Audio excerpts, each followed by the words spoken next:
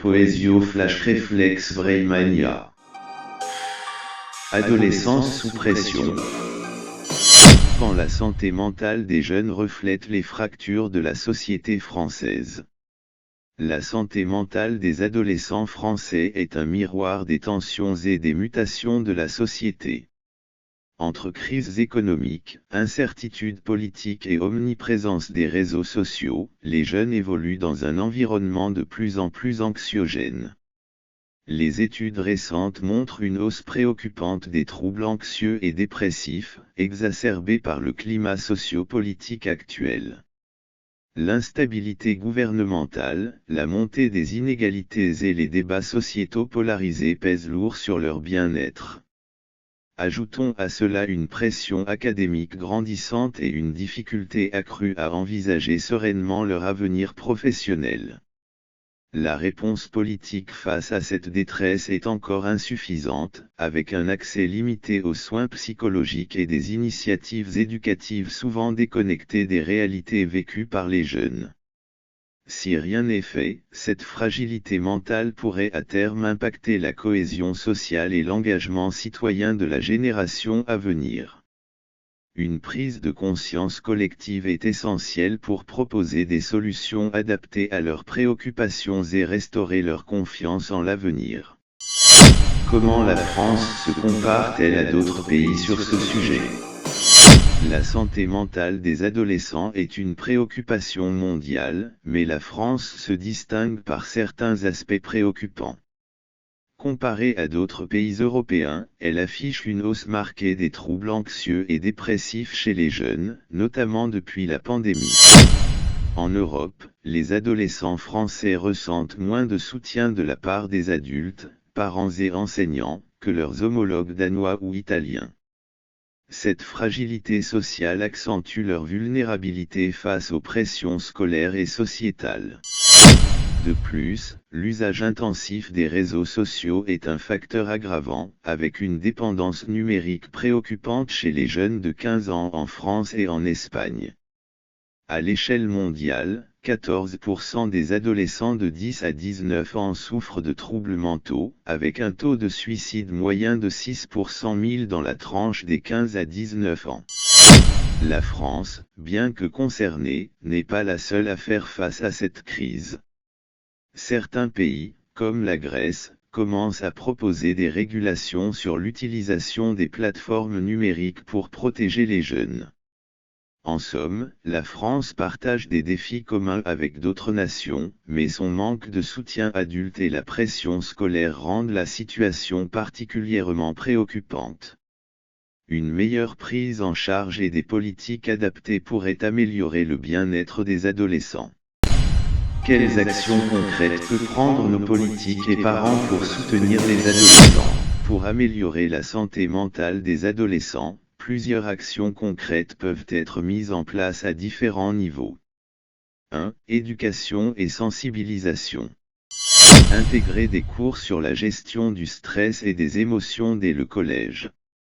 Former les enseignants et les encadrants à repérer les signes de détresse psychologique. Encourager des discussions ouvertes sur la santé mentale pour briser les tabous. 2. Accès aux soins psychologiques. Augmenter le nombre de professionnels disponibles dans les établissements scolaires. Rendre les consultations en psychologie gratuites ou largement prises en charge. Mettre en place des plateformes de soutien accessibles 24 heures sur 24 heures pour les jeunes en détresse. 3. Réduction de la pression scolaire. Revoir les exigences académiques pour favoriser un équilibre entre travail et bien-être. Valoriser les compétences sociales et créatives autant que les résultats scolaires. Encourager les pauses et les activités de détente dans le cadre scolaire. 4. Régulation du numérique et des réseaux sociaux. Sensibiliser à l'impact des réseaux sociaux sur l'estime de soi. Développer des campagnes contre le cyberharcèlement et ses conséquences psychologiques. Promouvoir un usage modéré des écrans avec des espaces de déconnexion dans les écoles. 5. Soutien familial et social. encourager des moments d'échange au sein des familles. Favoriser des lieux de rencontre et des activités qui renforcent le lien social. Offrir des espaces de parole aux adolescents pour qu'ils puissent exprimer leurs ressentis. Ces actions, combinées, permettraient de mieux protéger la santé mentale des jeunes et de leur offrir un cadre où ils peuvent s'épanouir sans subir une pression constante. Toi, le gouvernement français en déroute, quel axe souhaiterais-tu approfondir ?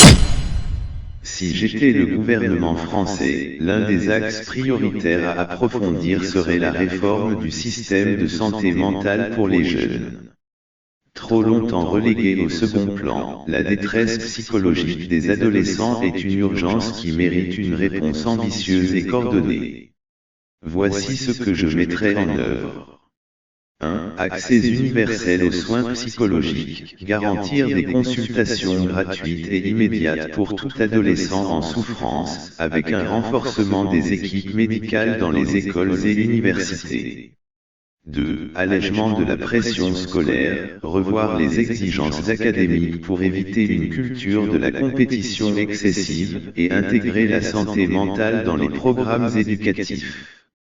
3. Lutte contre l'isolement numérique, réguler l'usage des réseaux sociaux, avec des campagnes éducatives sur leur impact et des espaces de déconnexion au sein des établissements scolaires.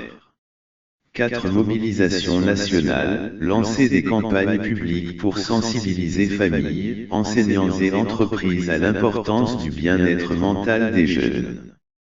Bien entendu, tout cela nécessiterait une volonté politique forte et des investissements conséquents. Mais si rien n'est fait, nous risquons de voir une génération de jeunes se perdre dans l'anxiété et le découragement.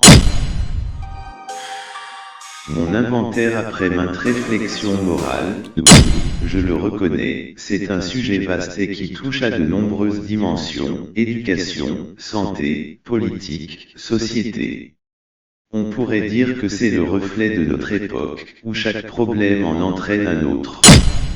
Peut-être que la clé serait de commencer par une action simple, une initiative locale, ou une réflexion personnelle sur ce qui me semble le plus urgent. Changer toute une société est un énorme défi, mais tout grand changement, il débutera par une prise de conscience individuelle par chaque membre de nos politiques des partis français, tous confondus, sans retenue. Ma conclusion morale. La santé mentale des adolescents français est un enjeu majeur qui dépasse les frontières de l'éducation et de la politique.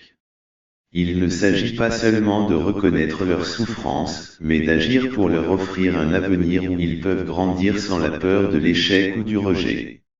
La société doit prendre conscience que derrière les statistiques se cachent des vies, des espoirs et des rêves qui méritent d'être soutenus. Investir dans leur bien-être, c'est investir dans l'avenir du pays. Un adolescent épanoui aujourd'hui sera un adulte engagé demain. Il est temps de bâtir une société où la réussite ne se mesure pas seulement en diplômes ou en performances, mais aussi en bien-être et en confiance en soi. L'empathie et l'action collective seront les clés pour restaurer une jeunesse qui doute, et lui offrir la sérénité dont elle a besoin pour se construire. Toi, le gouvernement français en déroute, comment envisages-tu l'avenir sur cette question ? Maximus Puzzle, @JVMolo, adolescence, sous pression.